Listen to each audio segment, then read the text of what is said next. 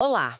Hoje o nosso papo é sobre um assunto sério: a avaliação e o manejo inicial do paciente queimado. Um tema super importante. Sim, a gente tem aqui umas fontes que detalham protocolos essenciais, tipo ATLS, mas focado nessa situação específica das queimaduras. É, o atendimento ali na hora H faz toda a diferença para o resultado final, né? Queimadura grave pode complicar muito rápido. Exato.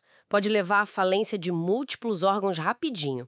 Então, nossa ideia aqui é extrair o mais importante dessas fontes para entender como agir nesses momentos, digamos, cruciais. Bora lá. Bom, a base de tudo, como a gente já mencionou, é aquela abordagem do ABCDE, a mesma do trauma geral. Acho que o ponto-chave é lembrar que um paciente queimado é, antes de mais nada, um paciente traumatizado. Perfeito. Começando pelo A, via aérea. A primeira coisa é ver se tá pérvia, se o ar tá passando. Uhum. E o que é mais, assim, delicado aqui é a necessidade de antecipar o problema. Não dá para esperar a via aérea fechar. Como assim antecipar? Que sinais a gente procura? Então, sinais como queimaduras no rosto, principalmente se forem profundas, ou aqueles pelos do nariz ou da boca chamuscados, sabe? Sei. Rouquidão na voz, ou a história de ter inalado fumaça num lugar fechado. Tudo isso grita, olha, essa via aérea vai inchar. E aí tem que entubar logo. Exatamente, intubação precoce. E um detalhe importante que as fontes trazem: usar tubos de calibre um pouco maior se possível. Ah, por causa do inchaço que vem depois. Isso, e fixar bem, mas com amarras tipo cadarço umbilical, não com fita adesiva, porque com o edema e a pele queimada, a fita não segura direito. Entendi. E aqueles dispositivos supraglóticos, tipo máscara laríngea? Nesses casos, as fontes dizem que não são muito confiáveis. Melhor o tubo mesmo. Ok, faz todo sentido essa antecipação do edema. E aí, seguindo para o B, de respiração. No B, a gente checa a expansão do tórax, vê se está movimentando bem dos dois lados, ausculta os pulmões para ver se o ar está entrando legal e, claro, monitora a saturação de oxigênio.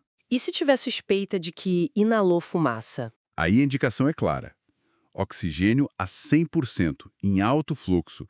Isso ajuda a lavar o monóxido de carbono, se houver, e garante a oxigenação. Certo. E aqui tem um ponto bem interessante.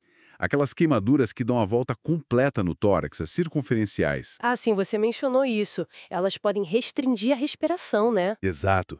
A pele queimada fica dura, tipo couro, e não deixa o tórax expandir.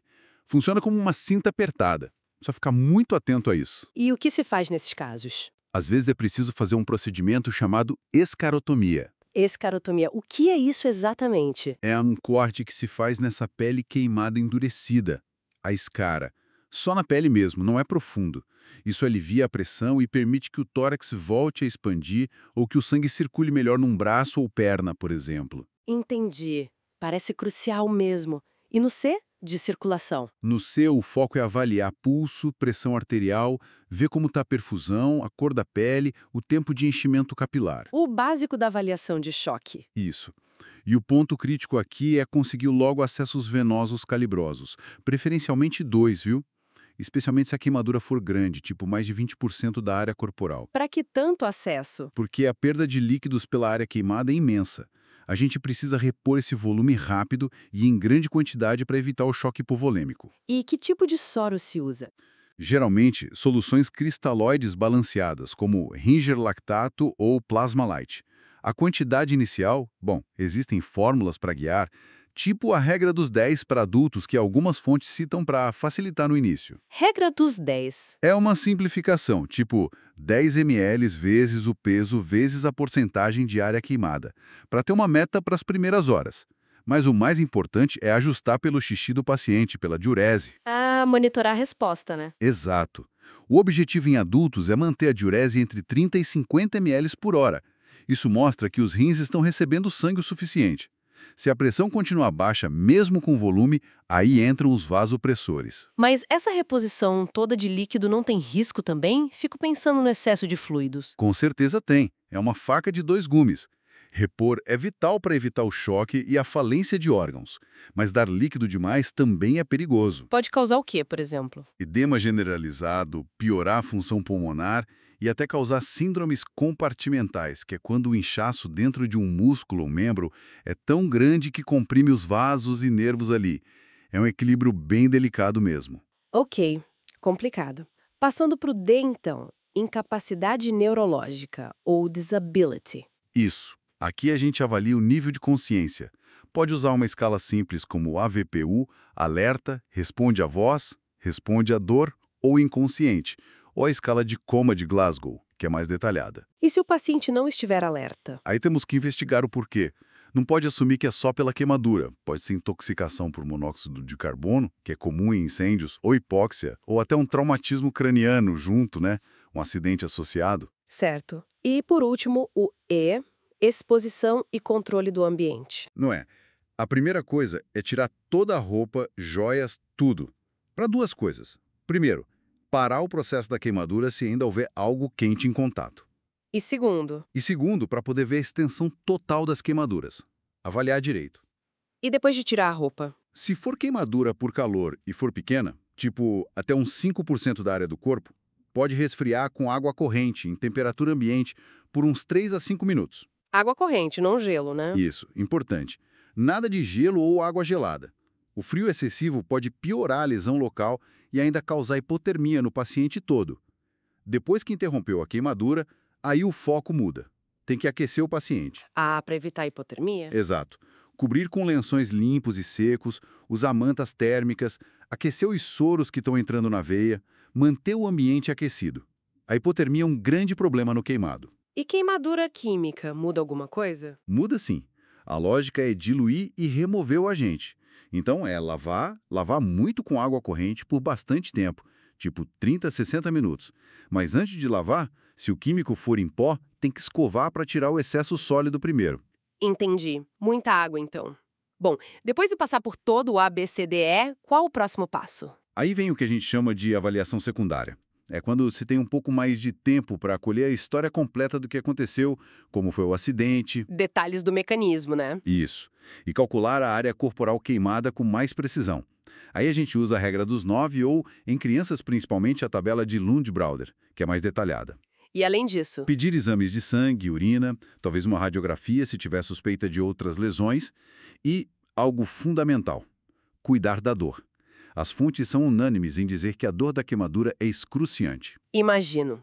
E como manejar essa dor? A abordagem tem que ser multimodal. O principal são opioides na veia, tipo morfina ou fentanil, em doses pequenas e repetidas, titulando conforme resposta. Mas não só isso.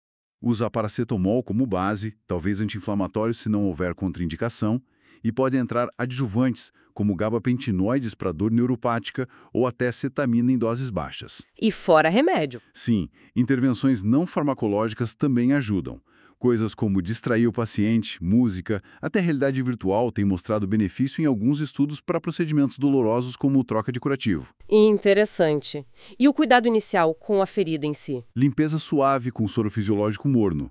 As bolhas, se forem grandes e estiverem intactas, a tendência atual é não estourar, deixar que elas protejam a pele embaixo. Depois da limpeza, um curativo que não grude na ferida, tipo um curativo com petrolato ou silicone, e cobrir. Certo. E quando a gente pensa em transferir esse paciente para um centro especializado em queimados, quais são os critérios? Existem critérios bem definidos, geralmente baseados nas recomendações da American Burn Association. Basicamente são os casos mais graves ou complexos. Tipo quais?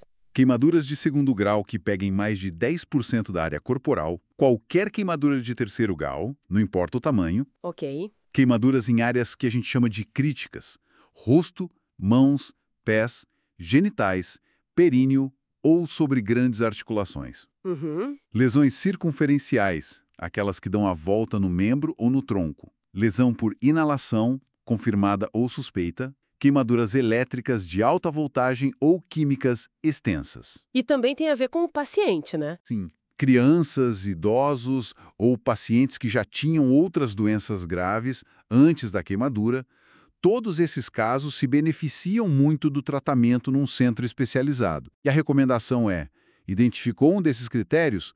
liga para o centro de queimados o quanto antes para discutir o caso e organizar a transferência. Perfeito. Então, para a gente amarrar tudo, a mensagem central que fica dessas fontes é: tem que encarar a queimadura grave como um trauma mesmo, seguir o ABCD à risca, Isso. começar logo a reposição de fluidos de forma calculada, mas sempre ajustando pela resposta do paciente, principalmente o xixi, controlar a dor de forma eficaz, Multimodal. multimodal, isso, cuidar da ferida ali no início de forma simples e limpa e, fundamental, saber identificar rapidinho quem precisa ir para o centro especializado e acionar esse serviço cedo. Exatamente. E pensando um pouco além do que a gente discutiu, a gente sabe que as queimaduras graves disparam uma resposta inflamatória e metabólica gigantesca no corpo todo, né? Sim, um hipermetabolismo intenso. Pois é. Então fica a reflexão. Para onde a gente vai avançar? Além desse suporte inicial todo que é vital, qual será o próximo passo para a gente conseguir modular melhor essa resposta do corpo, essa inflamação toda, e melhorar ainda mais os resultados a longo prazo para esses pacientes? Fica aí a pergunta.